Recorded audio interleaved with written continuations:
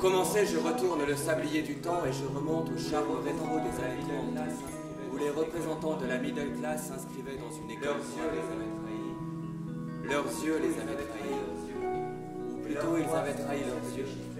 Et leurs doigts s'efforçaient de déchiffrer le brûlant alphabet braille d'une économie en train de se déliter. La pièce est faite de souvenirs. À ce titre, elle est faiblement éclairée, sentimentale, non réaliste.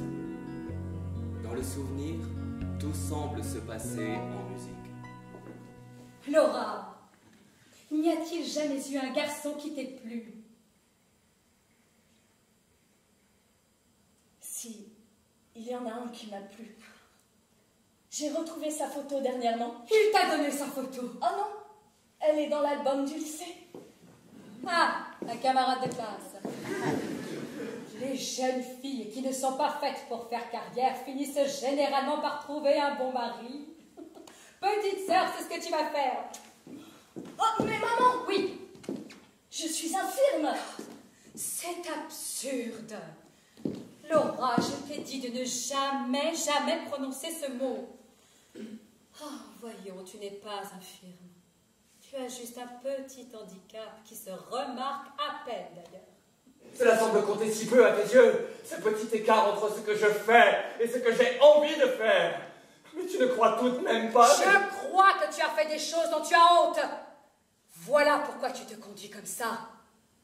Personne ne va soir après soir au cinéma.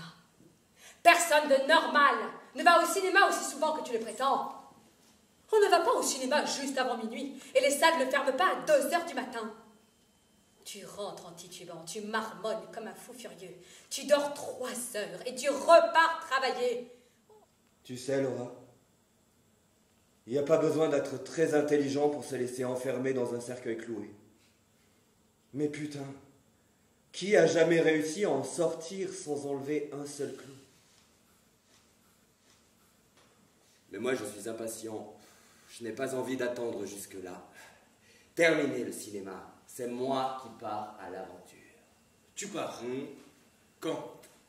Bientôt. Où ça? Où ça? Ça commence à bouillir à l'intérieur. Je sais que j'ai l'air d'être un rêveur. J'espère qu'ils vont arriver ici avant qu'il se mette à pleuvoir. J'ai donné un peu d'argent à ton frère pour qu'il puisse venir en autobus avec Monsieur O'Connor. Quel nom as-tu dit? O'Connor. Quel est son prénom? Je ne m'en souviens pas. Ah, si, je m'en souviens, c'est Jim. Pas Jim. Votre frère me dit que vous êtes timide.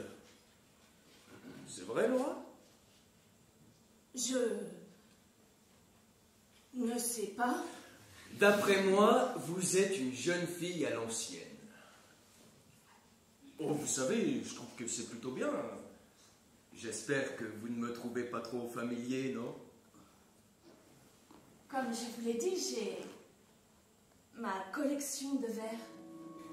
Maman appelle ça une ménagerie de verres. Vous voyez comme la lumière brille au travers? C'est vrai qu'elle brille. Je ne devrais pas montrer de préférence, mais c'est celui-là que j'aime le plus. Et si on s'offrait une petite danse, mademoiselle Wingfield? Oh! À moins que votre carnet de bal ne soit déjà complet, laissez-moi y jeter un petit coup d'œil. Comment? Mais toutes vos danses sont retenues? Il va falloir rayer quelques noms. Ah, une valse! Je ne sais pas danser. Et voilà, encore votre complexe d'infériorité. Allez, essayez! Mais je vais vous marcher sur les pieds. Je ne suis pas en verre. Voilà! C'est mieux! Oh, vous trouvez? Ah, beaucoup mieux! Oh là là! Où tu vas? Je vais au cinéma. Parfait! Parfait! Maintenant, grâce à toi, nous nous sommes couverts de ridicule. Vas-y, va au cinéma. Très bien. Plus tu me traiteras d'égoïste, plus vite je m'en irai. Et cette fois, je n'irai pas au cinéma. Alors va-t'en, va dans la lune, espèce de rêveur égoïste. Je ne suis pas allé dans la Lune. Je suis allé beaucoup plus loin car le temps est la plus grande distance d'un point à un autre. Peu de temps après ces événements, j'ai quitté Saint-Louis. Et d'alors je suivis les traces de mon père, m'efforçant de trouver dans le mouvement ce qui se perdait dans l'espace. J'ai beaucoup voyagé. Les villes défilaient autour de moi comme volent des feuilles mortes, des feuilles aux couleurs vives mais arrachées à leurs branches.